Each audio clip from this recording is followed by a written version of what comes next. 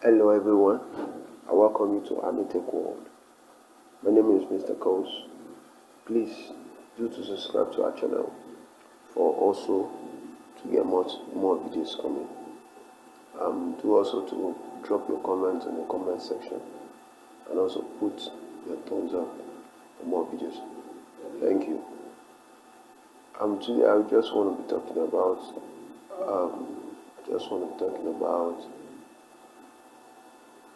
system configuration, how to find your system configuration.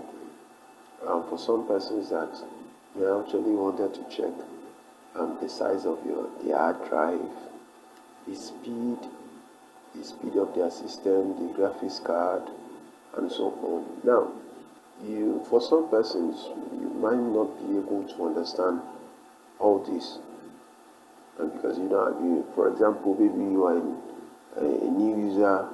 You've never seen a system, you've never worked on a system deeply before, and probably you just want to use it for some stuff.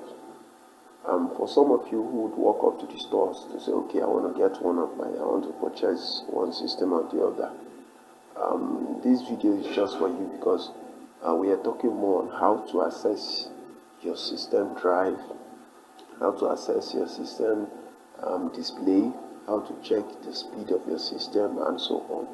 So basically, for example, some persons might just want to get a brand new system for themselves, but they don't actually know which one is the best, which system is the best for he or she to get. So they always run into this problem: how do I know I want to get a system? So first of all, one of the first things you need to do is that you must be able to identify the kind of job you will be using your system for. First of all, ask yourself, what do you want to be using the system for? Number one, if you're a graphic designer, you need something higher. If you're a video editor, you need something higher. If you're an architect, you need something higher. So if you just want to use it for typing purposes, that might not be necessary. You might not need too much system configuration and all that. So, but then, mind you, if you want to get a bigger and stronger system for yourself, there's no problem, you can do that. But this basically, I always give people the insight on how to get a system that best suits that kind of job. That's it. So first thing today, I'll be talking about how to check your display, how to check your RAM size, which determines the speed of your system. Check for the size of your hard drive and all those things. So probably first of all, we are going to click on Start menu. As you can see on this, in Start menu, click on Start menu. But before then, this is my desktop background. What you are seeing here is my desktop background. In case you walk up to any stores and you want to get some systems, and maybe for example you pick up the systems, probably you like that systems and you pick up the systems. This is my own desktop computer, because immediately you put on the system, the first thing you will see is a desktop. So my own desktop is a little bit busy. If you are getting a new system, you might not be seeing this, but then we are on the same page, So this is my desktop. So I'll go on my Start menu. Depending on the kind of Windows that system might be using, because we have Windows 7, Windows 8, with the 10, and probably Windows 11. So depending on the kind of systems you'll be using, for you to locate this. But I think Windows 10 is a little bit trickish, but I think you can also do it well, because I have the shortcut to that. So this is it. Now you click on the Start menu, and when you click on the Start menu, you go on Run. Now for me, I want to show you the shortcut in case maybe probably you are not able to go out to the navigation to navigate through this and that. So you can actually use the shortcut keys. The shortcut keys is Window R. Window R comes up, Run. When you press Window, hold down your Window key, and then you press your R. Then this pops up. When this pops up, you type in this. When you type in this, then you say OK. So when you say OK, you wait for some seconds, and then when you wait for some seconds, then the information pops up. Now mine is up, so this is it. Now this place takes up all the information concerning your system. Yes, takes up some of the information concerning your system. If you see here, this is the current date, this is the computer name, this is the name of my computer, this is the window, the operating system I'm actually working on. This is a window 8.1 Pro, and this is a 64-bit operating system. Yeah, that's just it. So this is the language, this is the manufacturer of my system, which is ESA. Now, for example, some persons might be wondering and might be a little bit confused. How can I get which product is the best? Mine is ESA, and I tell you that ESA has never disappointed me. I mean, ESA product is the best. They are durable, they are strong, and I can attest to that because I've been using ESA over the years now. So yeah, ESA is one of the products out there that you can trust.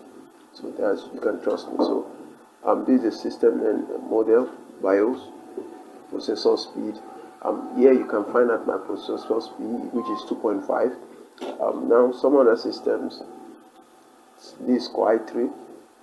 So we have Core i5, we have Core i7, and so on. So on. We have even dual core, and so on. All these things are just system grade. This is my RAM. This processor speed determines the speed of your system. And sometimes you might find out that there are some certain systems that are very slow. The processor speed can also contribute to that slow move between clicking applications is trying to load and load and load. So that is why for every heavy application user, you are expected to have something higher in order for your application to work freely and also for you to work freely, especially for video editors.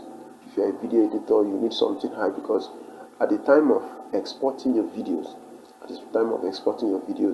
you might not be taking some certain times. Like you can get something like maybe 10 gig RAM, 15 gig, 16 gig RAM, RAM size. This is my RAM size, which is 4 gig. So I have a 4 gig RAM size here, and it's telling you pages. Now let me just tell you a brief cap on the use of RAM. Why you need your RAM to be higher. Now one of the best things that the RAM does is that it controls all your applications. Everything you're opening is also run by your RAM.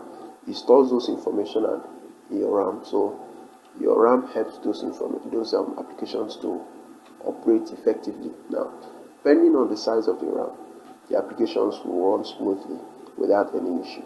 So, but now, for example, my application is my RAM is a little bit small, and this is available. This is available size. About 2 gig is available. So that's just it. Now the next thing here is display, which I told you of. Now the next thing here is display.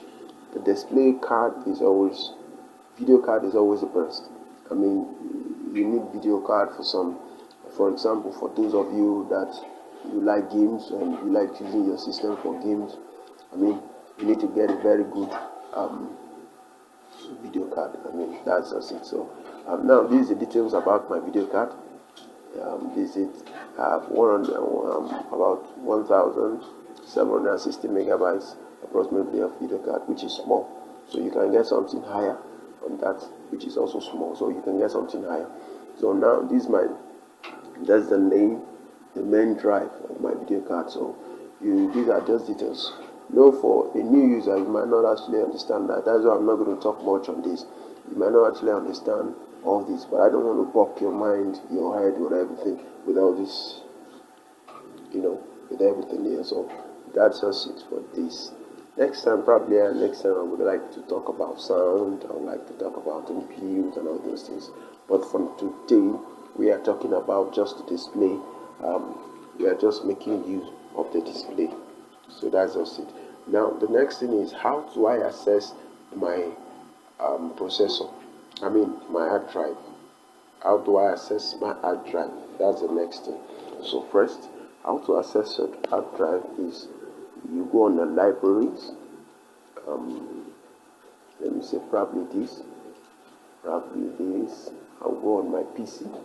This is my PC, right? This is my PC. I'll go on my PC.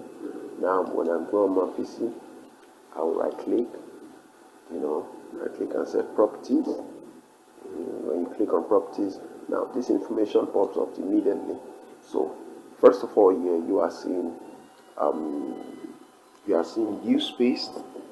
The use space is 255 gig. A free space is 42 gig.